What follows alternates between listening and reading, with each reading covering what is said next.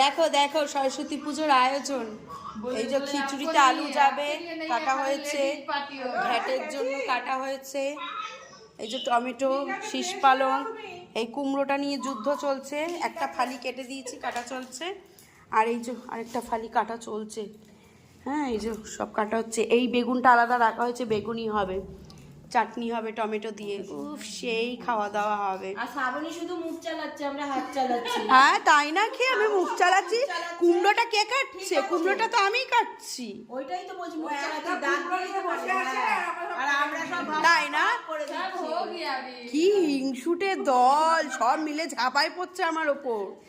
হ্যাঁ হ্যাঁ, কুমড়োও কাটবো না, যা, আমি কেটে ঘেমে গেছি।